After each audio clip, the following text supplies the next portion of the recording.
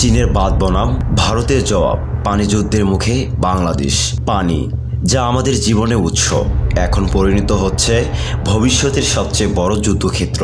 চীন হিমালয় থেকে নেমে আসা বিশাল নদীর উপর নির্মাণ করছে বিশ্বের অন্যতম বড় জলবিদ্যুৎ বাঁধ। এর জবাবে ভারতে নিচ্ছে পাল্টা পদক্ষেপ। এই সংঘাতের মাঝে পড়ে যাচ্ছে বাংলাদেশ নীরবে ধীরে ধীরে। আজকের এই ভিডিওতে আমরা জানব চীনের প্রকল্প কতটা ভয়ঙ্কর হতে পারে, ভারতের নতুন বাঁধ পরিকল্পনা বাংলাদেশের জন্য কি ভয়াবহ ভবিষ্যৎ অপেক্ষা করছে। টাইমস অফ ইন্ডিয়া রিপোর্টে জানানো হয়েছে ভারতের এই প্রকল্প জিও স্ট্র্যাটেজিক চ্যালেঞ্জ হিসেবে দেখছে এবং সব দিকে নজরদারিতে রেখেছে। সিয়াং নদী ও চীনের বাঁধ প্রকল্প, তিব্বতের হিমালয় থেকে উৎপন্ন হয়ে সিয়াং নদী চীনে যাকে বলা হয় ইয়ারলুং সাংপো, ভারত ও বাংলাদেশ পেরিয়ে প্রবাহিত হয়।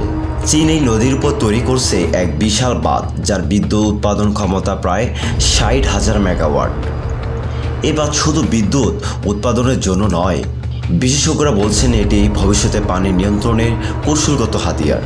তাদের ভাষায়, চীন চাইলে পানি আটকে রেখে পুরো উপমহাদেশে খরা তৈরি করতে পারে, আবার হঠাৎ ছেড়ে দিয়ে বন্যাও ঘটাতে পারে।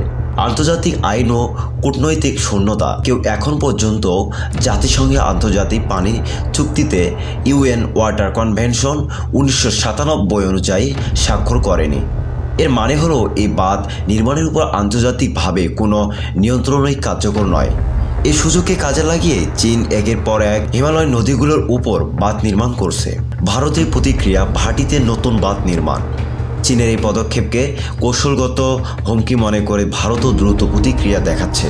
ভারত এখন অরুণাচল ও আসামের নতুন বাঁধ ও জলবিদ্যুৎ প্রকল্প নির্মাণে নেমেছে। ভারতের যুক্তি, চীনের আগেই যদি তারা পানি সংরক্ষণ না করে তবে ভবিষ্যতে তারা নিজ দেশে পানির চাহিদা মেটাতে পারবে না।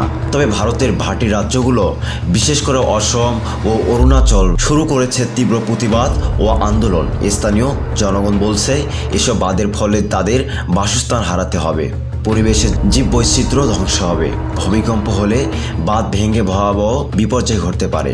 এশিয়া টাইমসে এক বিশেষ রিপোর্টে জানিয়েছে ভারতের অভ্যন্তরেই নো ড্যাম মুভমেন্ট ছড়িয়ে পড়ছে। বাংলাদেশ ভবিষ্যৎ শুষ্কতা, বন্যা, কৃষি বিপর্যয়, এই দুই দেশের শক্তি খেলায় সবচেয়ে মারাত্মকভাবে ক্ষতিগ্রস্ত হতে পারে বাংলাদেশ। আমরা আছি একেবারে নদীর শেষ নিচু প্রবাহে। চীনের বাঁধের কারণে শুষ্ক মৌসুমে পানি প্রবাহ মারাত্মকভাবে কমে যাবে। বড় ধান, মাছ ও কৃষিকাজ বিপর্যস্ত হবে।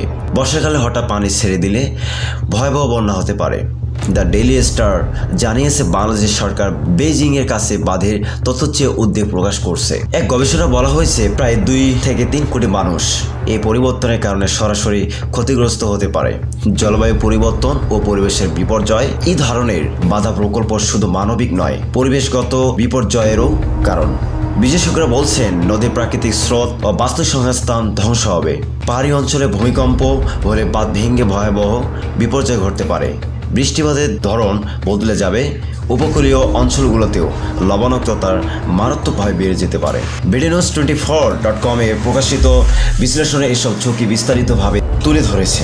বাংলাদেশের করণীয় এখন সময়। বাংলাদেশে উচিত আঞ্চলিক পানি বন্টন চুক্তি নিয়ে জোরালো কূটনৈতিক তৎপরতা শুরু করা, চীন ও ভারতের সাথে একযোগে আলোচনা করা, প্রতিবেশী নেপাল, ভুটান সহ দক্ষিণ এশিয়ার দেশগুলোর সঙ্গে আঞ্চলিক জোট করা, দেশের অভ্যন্তরে পানি সংরক্ষণের জন্য দীর্ঘমেয়াদী নীতি গ্রহণ করা। এখন ব্যবস্থা না নিলে আগামী 20 বছর পানির জন্য অভ্যন্তরীণ সংঘাত, খাদ্য সংকট এবং ব্যাপক বাস্তুচ্যুতি ঘটতে পারে। চীনের এই বাঁধ যুদ্ধে শুধুমাত্র ভারতের জবাবি পদক্ষেপ, জনগণের আন্দোলন, পরিবেশের বিপর্যয়, সবকিছু মিলে যেন এক নীরব ওয়াটার ওয়ার। আর এর মাঝখানে পড়ে থাকা বাংলাদেশকে এখনই সচেতন হতে হবে। আপনি যদি মনে করেন পানির জন্য যুদ্ধ এখনই শুরু হয়েছে, তাহলে এই ভিডিওটি শেয়ার করুন, কমেন্টে আপনার মতামত জানান আর সাবস্ক্রাইব করুন আমাদের চ্যানেল ফেস অফ কোরসিন। প্রিয় দর্শক, আপনি চাইলে আমাদের ফেসবুক পেজ আর গ্রুপে যোগ দিতে পারেন, লিঙ্ক আছে নিচে ডেসক্রিপশন বক্সে। আপনার একটি মতামতই আমাদের ভবিষ্যৎ ভিডিওকে আরো বাস্তবমুখী করে তুলবে। ইনশাআল্লাহ দেখা হচ্ছে আরেকটি ভিডিওতে। সে পর্যন্ত ভালো থাকবেন, সুস্থ থাকবেন। আল্লাহ হাফিজ।